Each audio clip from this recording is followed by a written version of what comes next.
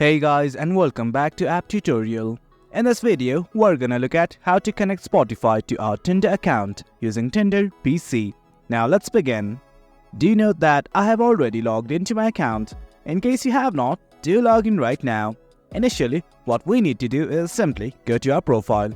At the top left, here's a button like this, including your profile picture along with your name. Simply click on it. Then this page will open up. Well, worry not. Let's simply head on Edit Info. Once you're in the Edit Info page, something like this will open up. This is the Edit section. Simply scroll down till you see Spotify. Well, I'm scrolling down right now, and right here you can see something like Connect Spotify. Do note that I have already logged into Spotify in my browser. In case you have not, do log in right now. It will ease your process. I'm gonna click on this button right here.